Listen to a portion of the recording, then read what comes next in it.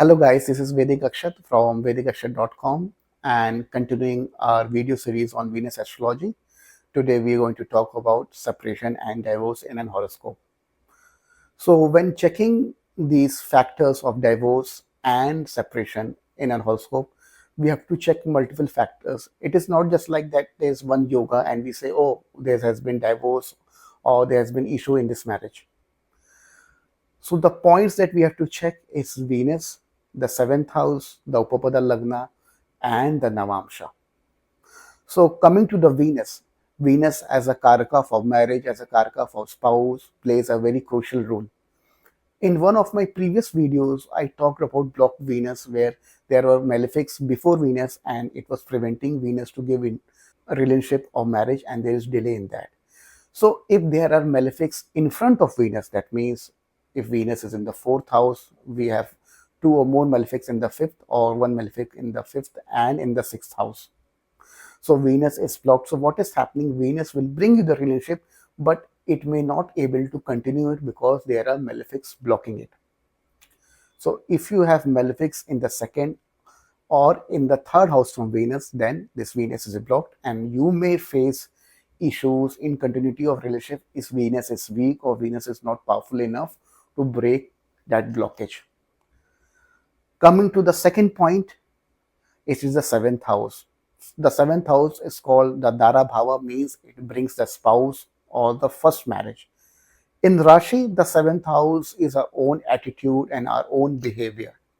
If we have too many malefics in the seventh house, then seventh house is hampered and we may face difficulty in marriage and in maintaining it. If seventh house has having malefic planets like Ketu, Mangal, then it's a problem. Saturn in the seventh house is Digbala, but it will give you problems related to marriage or some sorrow, because Saturn is a malefic planet, although it becomes Digbala in the seventh house. If there are many malefic influence in the seventh house, you may experience relationship troubles and problem. The second thing is to check the seventh lord. If the seventh lord is associated with the eighth house, then definitely there is a serious issue in continuation of marriage and remedies needed. Certain malefic planets or certain planets in the eighth house also destroy relationship and we are not able to continue it. For example, if Mangal is in the eighth house, it is destroying the seventh house, then we say that okay, the Mangal Sthana or the Rudra Bhava is very, very strong and the seventh house cannot continue.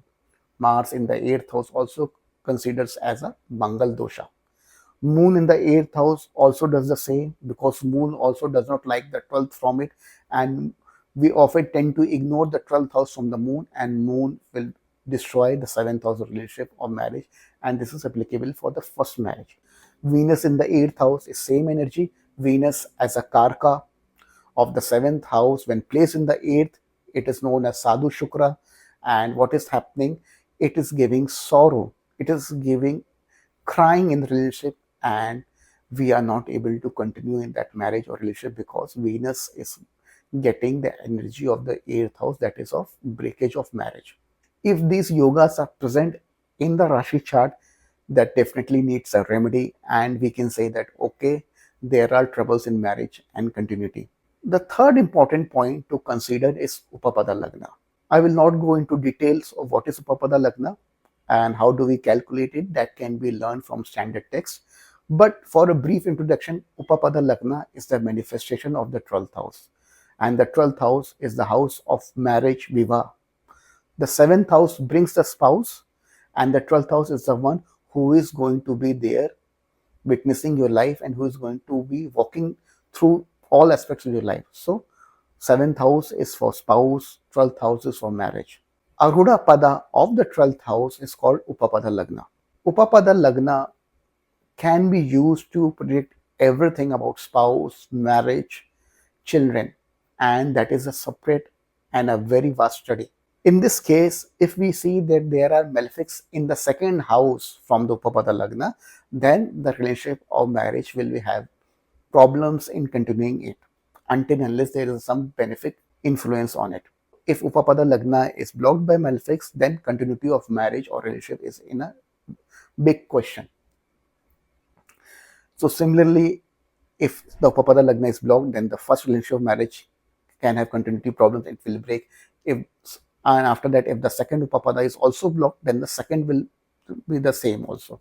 So in this way, we can check from one Upapada to second to third which Upapada is not blocked, and after a set of breakups or relationships breaking off, we can say that okay, this relationship is going to continue.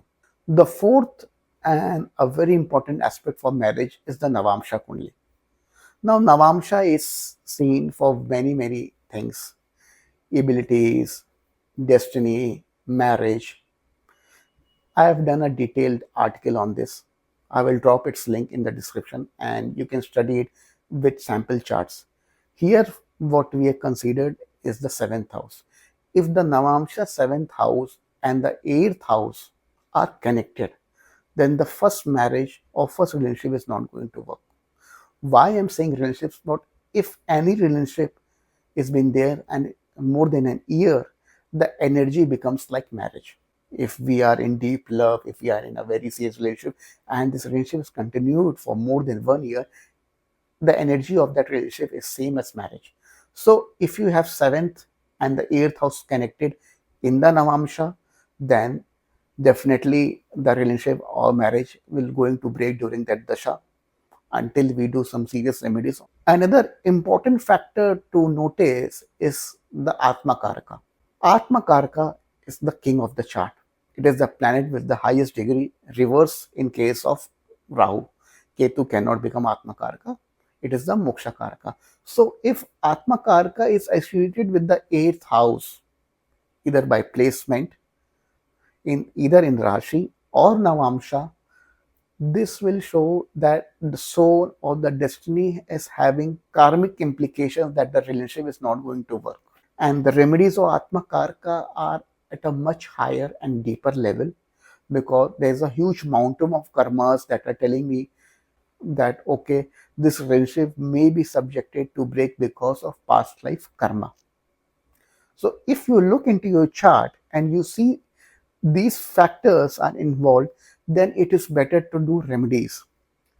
For Venus, I've already taught the remedies of Venus mantra in my previous video.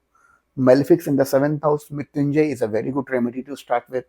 If there are planets in the eighth house like Mars, like Venus or Moon, then there are different types of remedies or worshipping of Narayan to clear the eighth house. Narayan Astakshari is a very beautiful mantra that I have already given it in my video how to be get freedom from debts, and Narayan Astakshari is a very beautiful mantra for that. For Upapada Lagna and malefics blocking it, we have to check what malefics are blocking and we can pacify those malefics if the chart permits.